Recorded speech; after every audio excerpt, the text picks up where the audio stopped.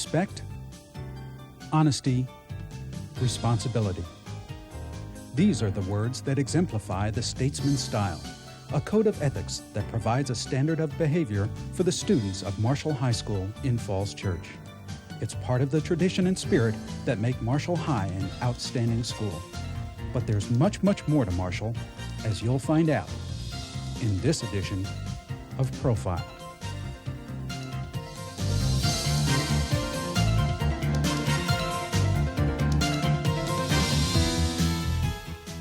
Hello, my name is Jim Moulton, principal of George Marshall High School. This year marks our 30th anniversary in the Fairfax County Public Schools system. Like the other 22 high schools in the district, we are proud of our heritage and especially proud of the accomplishments of our students. There is a banner that hangs over our main entrance as you enter the building. It says, Marshall Pride. See it, feel it. In the next few moments, you will have a chance to learn more about that sense of pride as today's comprehensive high school is seen through the eyes of students and staff here at Marshall. The investment in technology to support instruction and student activities is one benchmark of the school of the 90s. You will see IBM computers used in architectural and engineering drawing with the most sophisticated CAD software. Keyboarding and computer applications reflects one of today's most popular elective courses in the modern high school. Computers are used in math and science instruction and obviously allow for hands-on application of concepts applied to real situations and real problem solving.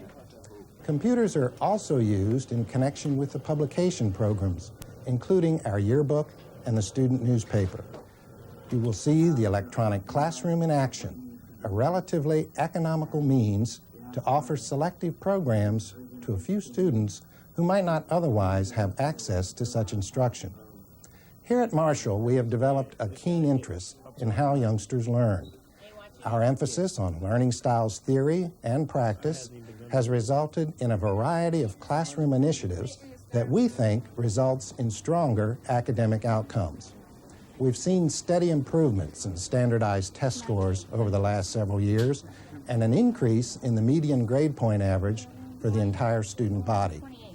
Perhaps some of this is attributable to the staff's emphasis on making connections with all learners.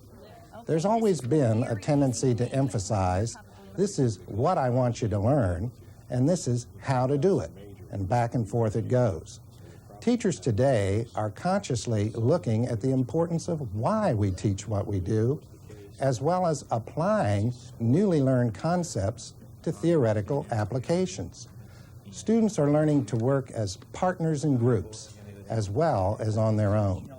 There is a conscious effort to balance teacher-centered instruction with student-centered activity. Sequential and holistic lesson design are important ingredients in the instructional program. You will hear more about these concepts later on in this program from a social studies teacher and a science teacher.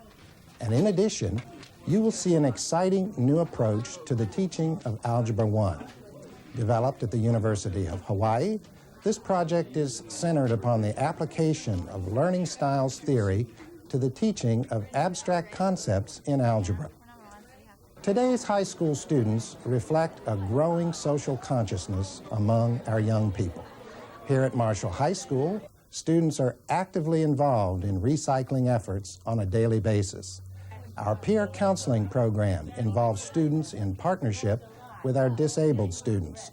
You will see these youngsters working together in preparation for a Care Bear Day, where the emphasis is on the appreciation of each person's unique contributions to the learning environment here at Marshall. And finally, today's high school is a busy, sometimes frenetic centerpiece of student activities and student organizations. You will hear our SGA president describe goals that students hold for their school this year, and you will gain some appreciation for the excitement that surrounds our annual homecoming week. Sit back and enjoy a day in the life of Marshall High School. It's hard to concentrate on an empty stomach, and sometimes high school students on the run don't get a chance to grab something to eat at home. So a student's day might begin with a stop at the breakfast cart in the main lobby. This is one way the students' needs are being met. How appropriate that the breakfast cart is located by the showcase honoring the man the school was named after. He was concerned with the needs of many people also. George C. Marshall, the man for whom the school was named, accomplished many things in his life. He served as Chief of Staff of the Army from 1939 to 1945, built the greatest and largest army the United States had ever seen. After 1945, was sent to China by President Truman on a diplomatic mission. On his return from China, was appointed Secretary of State, during which time he formulated what is now known as the Marshall Plan. Served as President of the United States Red Cross, served again as the Secretary of Defense. In 1953 was awarded the Nobel Prize for Peace, the only professional soldier ever to be given that honor. Upon his death in 1959, the school, which was in the process of being designed and built, it was decided by Fairfax County that the school be named for General Marshall. When the school was opened on December 7th, 1962, many people who knew and remembered General Marshall were present, including his wife, Catherine. She donated many of the things you see here. This chair in front of me was General Marshall's when he served as Secretary of State. We have a saying here in the school. We refer to it as the statesman style. We try to reflect the same values, the integrity, the commitment to excellence that General Marshall showed in all of his positions. And we use him as something of a model for how we can go about being a good school, good students, good faculty, to do the best that we can do. And we call that the statesman style. The statesman style is a statement that was put together by a committee of parents, faculty, student leadership, as well as the rank and file students and other community people, custodians, and so on, that is a statement of attitudes held by all of us. They are respect, honesty, and responsibility. One of the important things that this has given to us, it's a statement that the whole community has embraced. So when we are discussing a difference of opinion with students or between teachers or whoever it might be in the school community, we have here a very simple statement of how to deal with that. And it takes it away from the personal. In the classrooms, students are presented a variety of teaching methods to learn by. This emphasis on varied learning styles means more students have the opportunity to become successful. What's your favorite picture on the spread? I think it's just the most interesting picture that needs to have attention drawn to it. It is an opinion question, so. The football picture? Everyone think that that's pretty much the most interesting picture that needs the most attention drawn to it? Learning styles, the term came about because we discovered, various researchers in education discovered that people use different modalities to learn, or they tend to prefer one over the several others. For example, some people tend to be more right-brained, which means they are more spatial in how they see things as opposed to linear, which is left-brain. But they also may be more visual versus auditory, kinesthetic. And what we discovered is that the schools, for so many years, were primarily using the left brain linear techniques for learning. And we were eliminating a lot of success among students who used other styles. An ongoing emphasis in education is to address different learning styles. The two major differences in learning are in how we perceive and how we process. Perceiving may be either concretely or abstractly.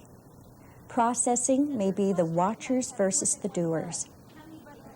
The format technique takes these different learning styles with emphasis on a right brain approach. A right brain approach would be most forms of doing. Most schools or education may be geared more towards the left brain, but really about 70% of our students do not learn this way. By using format, we address the 4 learning styles, and for example, in Quadrant 1, which is the imaginative learner, you try to hook him in, connect to what he already knows, make association, and then in the left brain format for that particular quadrant, analyze what's been said or done or what you know and how to apply it.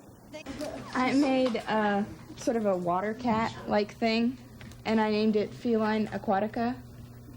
And I thought that maybe like cats might, evolve into like water animals. And I put it there because it's multicellular, motile, it's heterotrophic, it eats fish. It's a eukaryote, and because it has cells with nuclei. For the second quadrant, which is the analytic learner, for the left brain, it would be lecture, notes, film strips. For the right brain learner, it would be imagery, analogy, metaphor, and the objective would be to form concepts. And an autotroph is like a cook because they both produce their own food. The third quadrant, for the right brain learner, he would like hands-on, investigate, collect data, common sense decisions. For the left brain approach, they would take this information and they would try it. For the fourth quadrant, which is the dynamic learner, he would synthesize all that he's heard and ask questions like, what if? He would take this, a project would be formed, and he would share his ideas. He would create and take this beyond what we've already done. Alternative methods of teaching are being practiced in all the curricula at Marshall. One area of success is in social studies. World Studies 2 is a year-long elective. It's a pilot course. It's brand new. It was created this summer as part of a reorganization of the 9th grade social studies curriculum. 9th graders are all now required to take World Studies 1, which is basically a survey of Western civilization for 5,000 years, and with a concentration on Europe and the roots of the United States, leaving out much of the rest of the world. So World Studies 2 is the twin of that. Its focus is on the rest of the world beyond Europe and mostly North America. An emphasis is on Africa, Asia, and Latin America. Here is Alaska here, and the Bering Strait, which shows how close we really are to them, and Canada would be on the other side of the Arctic Ocean. The East Siberian Sea is here. We've got the Sea of Japan and Lake Baikal, which is the deepest lake that we have. The Aral Sea, which is drying up because of climate change. And we've got the This class is presenting basic geography information about Russia and the old Soviet Union in small group reports. Each group has from 4 to 6 students. They are required to use a fact list, a made map, a large made map on newsprint, and each student is to present some aspect of one of the 4 broad topics and teach the others. St. Petersburg is located 420 miles northwest of Moscow, located right here. And the city was originally built on a series of swampy islands. And today can now serve as streets. St. Petersburg was called Petrograd in 1914 and Leningrad in 1924. And when communism ended, it was renamed St. Petersburg. Okay. I'd like to have the kids up and out of their seats and doing things as much as we can, as long as I can feel pretty assured that some real learning is going on. I also try very hard in planning this course to incorporate a variety of learning strategies to appeal to all kinds of learners. I find in this class I have some of the brightest kids in the school and some traditional learners, and they just love to have lectures and to be organized and to take notes and to be accountable either through research papers or through major tests. Other kids are more independent learners. Some kids work better in groups. Others are more visually stimulated, love to draw, like to do maps, they could color maps all day. So I find that in my classes I do have a broad section of learners and learning styles, and this activity is one that will appeal to the kids who work well in what appears to be confusion, that work well because they can be team-led or they can be self-led and self-motivated. Another pilot project that emphasizes different approaches to learning is in math. Half of the 10 Algebra 1 classes at Marshall are implementing an approach developed by the University of Hawaii. The Hawaiian project means that we're looking at algebra from a problem-solving approach. How do you solve the problem? Is there only one way? There's lots of ways of solving problems. And so we start the whole year by looking at problems that the kids might face. If yours is blank, you're safe for one more day. What happens if you have something? You have YOU? Okay, you present. Make sure that you understand what you guys agreed on. Did you get it? Yeah, remember it was, 2B was write a multiplication, division, fact team in which 2 of the numbers are negative and 1 is positive. We're also finding that kids can solve problems that before we waited until possibly the second semester of Algebra 1 to present it to them because we wanted them to have 2 variables that they worked with. But now we're saying, let's look at all the ways we can solve this problem. And then as we bring in the algebraic concepts, we're finding, hey, this is just another way in which we can solve the problem. And I think the kids are liking it. Negative times a negative times a negative. It'd be a negative. How'd you figure that? Negative is a positive. So we'll go with the first 2 and we'll say positive. And then looks good to me. And nothing breeds success like success. And if they can have success in a few problems, then they're more apt to continue to work on it. And there's a lot more group work that's done, sharing of how you do it. It's very rewarding when the students come in and someone says, I found a different way to work the problem we did yesterday. And they immediately want to go up and show the students how they did it. When walking around the school, Marshall pride is in evidence at every turn. Whether it's students helping arrange artwork in the art gallery or the commitment to save the environment through recycling, Marshall students care. This is especially true for a group of students who take a class that teaches them how to understand and help others.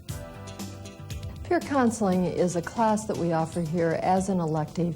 Approximately 25 students are enrolled in the program.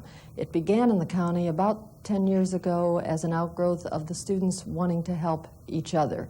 And we decided to turn it into a class where they actually would learn some counseling skills and be better prepared to help each other. Very good. Look at that. All right. That's perfect.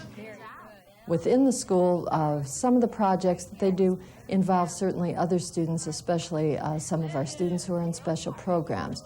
Marshall has a flex program for moderately mentally retarded students. The students work together with our peer counselors on many different projects. One that they're working on right now is their Care Bear project. When we have a student at Marshall, or could even be a relative of a student that we know of that needs something special. Perhaps there's been a death in the family, a serious illness, something has happened that we want to show that student we care. They send a Care Bear to that student. And our flex students, along with our peer counselors, are responsible for making these bears. They cut them out of the fabric, stuff them, put little cards with them, and then deliver them to the students who are in need. I was like talking so loud. Okay. Whoa.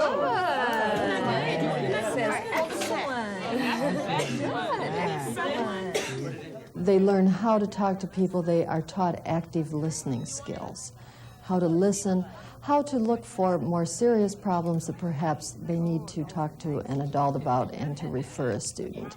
We like to think that they have learned a lot of those skills from us, but I think the student who wants to be in peer counseling basically has those kind of skills to begin with.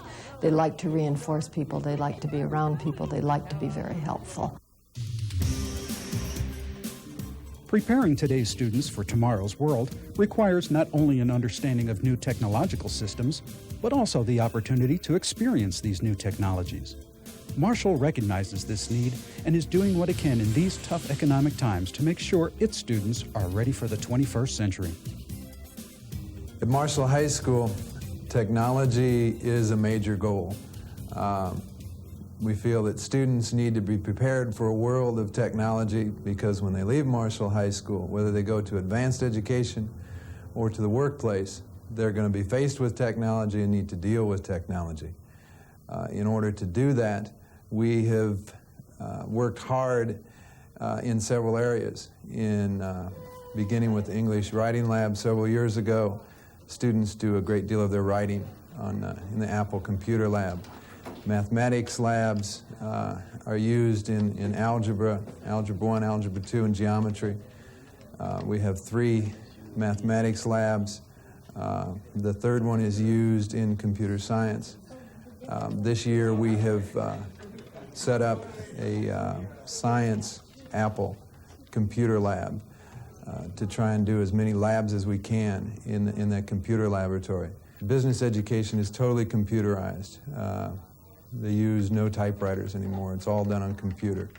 This year we have the electronic classroom available to the advanced placement computer science students. Marshall being a small high school, we did not have enough students to offer that class by itself with our own teacher. Take the first one out. All right, now, once that takes it out, you can then recenter this box onto your object here, then go ahead and run it as a plot, because it'll plot whatever's in there. Once you've got it centered there, the outline, the 8.5 by 11 is the same as your paper size, so it will act as if it's not even there, and go ahead and print out the rest of it, so you're ready to go and plot. Well, the good old days of shop, as you know it, are gone. The days of wood shop, metal shop, birdhouses, bookcases, they just don't prepare the kids for the future. The old industrial arts programs were basically oriented on projects and very craft intensive in terms of quality, and they're also taught some processes. Today's technology education, on the other hand, puts students in touch with cutting-edge technologies. The technology education programs emphasize processes similar to the old industrial arts program, but while at the same time they're associated more so with understanding systems and how these systems are applied to modern day living. So you have to measure the area here so that we can then locate it. All right, so let's find out how much space we're going to get to be able to fit that in. Then those will have to be connected to the surface of the body for the solar cells to fit. Just put it down on it, measure the body. One of the problems that I think we've had in the country, and what we're seeing from manufacturing or some of the business community, is that the business community has kept up with technology in order to make it profit or to keep competitive in the world, while at the same time, sometimes the educational process has not always kept up with the business process. And the older technologies or the older systems that we use really didn't prepare students for what really happens out in the real world. And we have got to be more tuned in to what's going on out there because things change so fast. So we have to also, in our technology education programs, what is different is that we are constantly changing. Whereas some of your academic subjects like math and science and English, those are pretty much established courses. The materials involved there don't really change. The basic theory of mathematics and science haven't changed that much. What has changed is how we apply them, how we put them to use. And that's the one thing that technology does. It allows humans to extend their capabilities, all right? Not necessarily improve on math and science or making new discoveries about math and science, but how to apply those to different circumstances, different situations and problems that arise in society. And that's really what we do. The students, for a long time, didn't understand, well, I take math and I take science. What am I going to do with that when I get out of high school if I don't go to college and learn more about different things? So what we've done here is tried to bring that to fruition in the classroom in high school so that they can see, while they're taking these other courses, the importance of them in their daily lives, making it more relevant now while they have the opportunity rather than later on. For many students, the school day does not end when the last period bell rings. It is at this time that the various clubs and organizations get together. Here, students create new friendships, assume leadership roles, and continue to develop as people, not just as students. By taking ownership of these activities, the students are once again demonstrating the importance of responsibility as articulated in the statesman style. This year we came up with a lot of goals. We really want to stress communication this year and involvement of those students who aren't involved. And we really like to show our appreciation to the teachers. We did a lot of stuff for them when they came back, and I think it helped the relationship of students and teachers just by having us do those certain things. We gave them survival kits and had a little barbecue for them. We're also really involved in the clubs this year and really involved in the classes and what they're doing. So there's like a bond between everyone. At this time of the year, a great deal of effort is directed towards the tradition of homecoming, a time when school spirit is at its peak. For those who work to ensure that this event is a success, as well as other activities throughout the year, there is a side benefit that is directly related to academic performance. I did a study on that last year, and it is proven that if you are involved in activities and sports and clubs and everything at school, you get better grades. And I think it gives you more satisfaction the day you graduate to know that you were involved in all those things. And it makes you feel good, I think, overall. And I think most people would agree with me on that. GCN!